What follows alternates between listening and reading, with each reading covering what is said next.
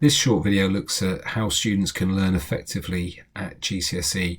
We're lucky at Northgate that we've been working with exam study experts to look at the science behind effective learning and how to master memory. And we've also surveyed all of our students, and we've taken part in a big national survey which has looked at student study habits.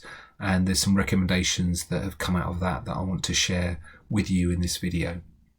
So it's very clear that to be a successful learner, students need three things. They need motivation. Now, good careers advice can really help here, having a clear goal of where you want to go after GCSE. So that might be because you really love certain subjects and you want to do them at A level. It might be that you really want to go onto a college course or a certain apprenticeship or a certain career. So having clear goals is really, really important. Coaching is also important, and that's where teachers come in, and that's where our Year 10 students need to take full advantage of lessons and really focus in lessons. And then at home, independently, they need to practice, but that practice needs to be purposeful.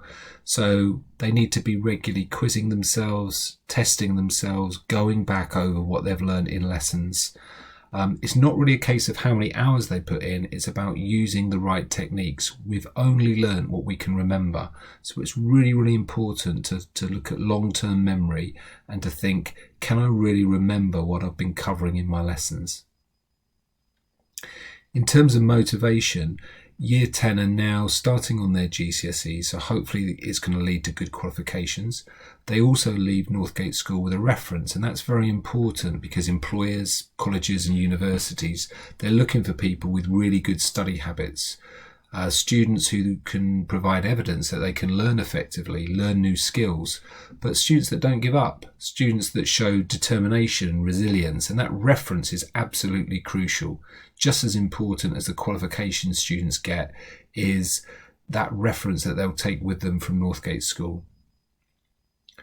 So the first thing that students need to do is regularly test themselves and quiz themselves. So all of the successful students that I've interviewed and looking at the 2020 National Revision Census, those students that are doing well are regularly using past papers, practicing exam questions. They're using quizzing apps such as Cram or Quizlet to test their knowledge of what they've been studying. They work with parents or friends to test each other, perhaps using flashcards. And they try and create diagrams or mind maps on blank sheets of paper from memory, rather than simply just getting a revision book or their notes and just reading through them and highlighting key things.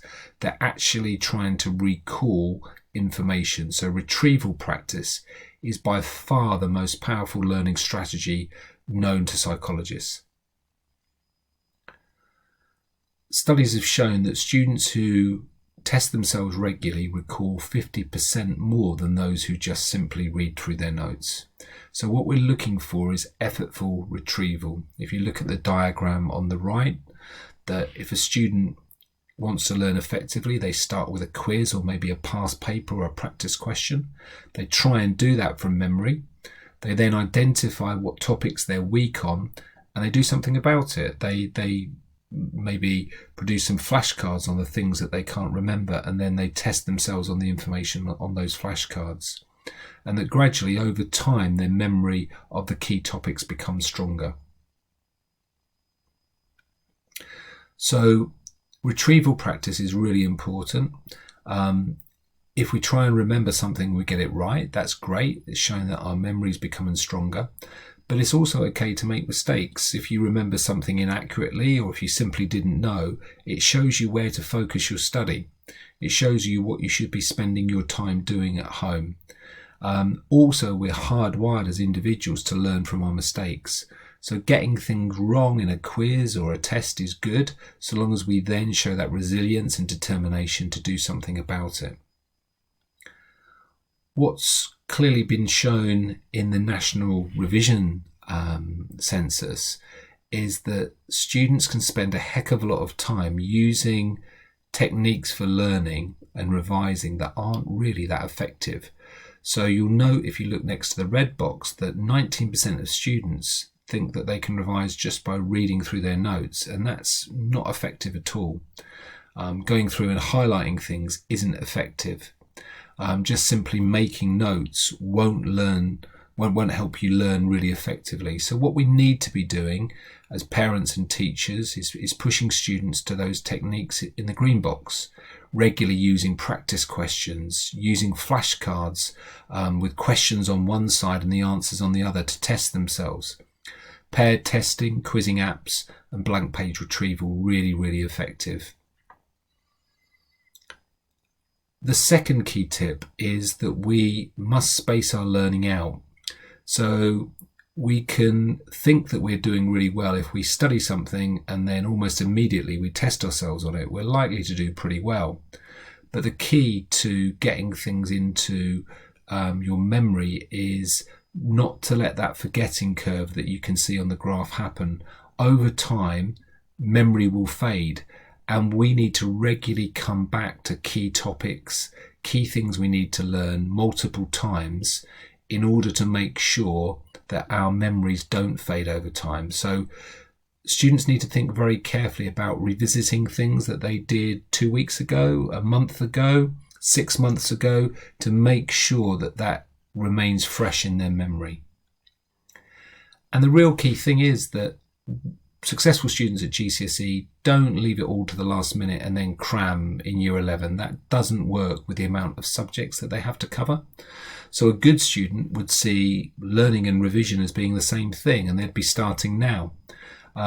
Most successful GCSE students spend 10 to 12 hours studying outside of lessons. So that's a couple of hours each evening doing homework, going back over old topics, practicing their exam techniques, all of those things that I've been talking about. The key is to use good techniques. 10 to 12 hours should be enough. Doing a little bit of work on either a Saturday or a Sunday is really helpful. But you can work too hard. So we're not suggesting that students do 4 hours in an evening, because they will burn themselves out and then they won't be fresh to learn the next day. So yes, work hard, use the right techniques, but there's a caveat there: don't work too hard. The other thing when you're studying is to stay focused. Particularly phones are a massive distraction. In the national survey, over 50% of students admitted to regularly checking their phones whilst doing homework. Even worse, regularly checking their phones whilst trying to remember, whilst trying to revise.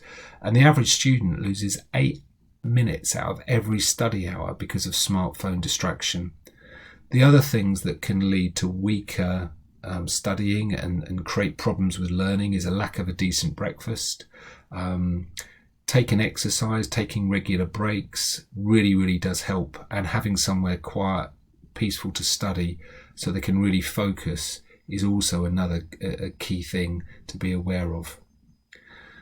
So as a parent, what are we looking for in terms of how our students are studying? Be wary of just seeing loads of detailed notes with pretty colours.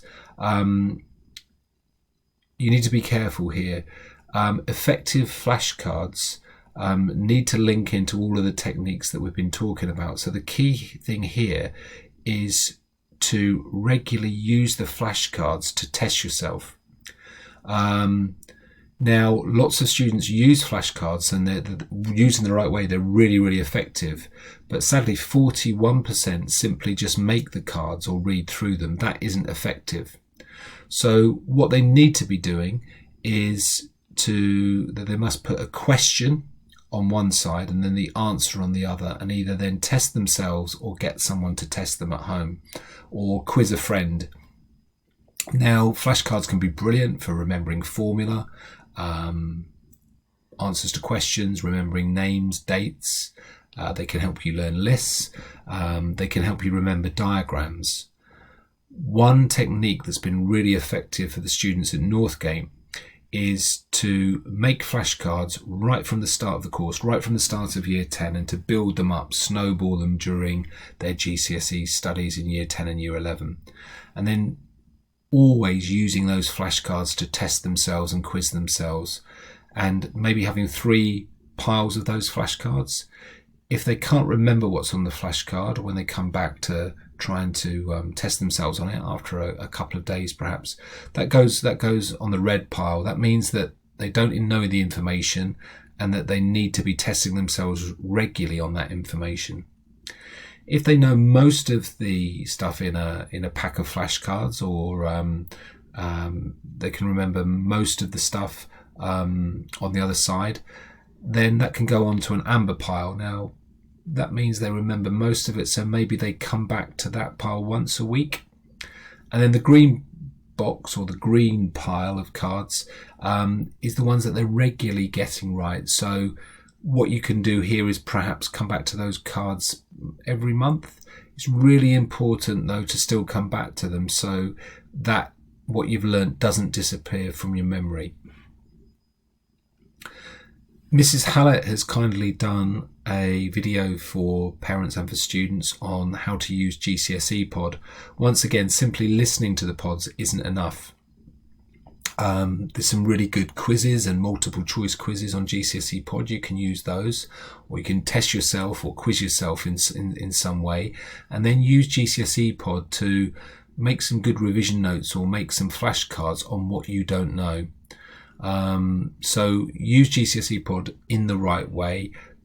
Sometimes students will set GCSE pods for homework so that they can come to the lesson prepared, having done some research. So my big 2 messages are retrieval practice. Regularly practicing trying to pull information out of your memory is fantastic for learning.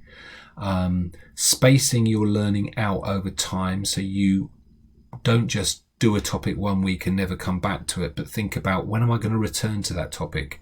In a week's time, a month's time, 4 or 5 months down the line. That's really important as well, so our memory of that topic doesn't fade.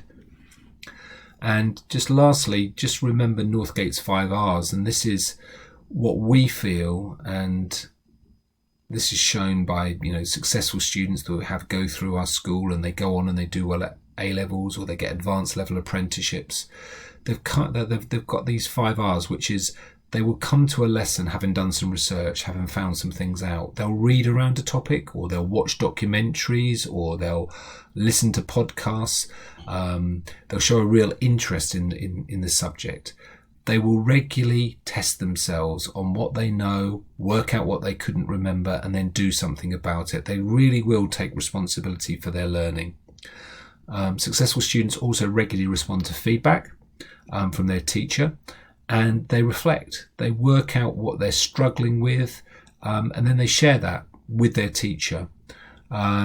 So if they're using the 5 R's and they're using those 2 big techniques of retrieval practice and spaced learning, they should do really well at GCSE. Like I said, it's a case of working smarter, not necessarily working harder, but also you have got to study enough. Really, really important that GCSE students should be spending a couple of hours each evening, perhaps having a Friday or a Saturday off, and then a bit more work on the Sunday.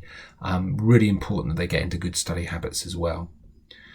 If you're interested in anything that I've gone over and you want more information, there's more information on our website, but I would recommend the Exam Study Expert website and the podcasts on there. Because, like I said, this is written by people who've spent their whole life studying how to learn effectively, and the advice is excellent. So I hope that helps. Thank you very much for listening, and I think working in partnership between the school, parents and students, we can get some fantastic results for this year's Year 10.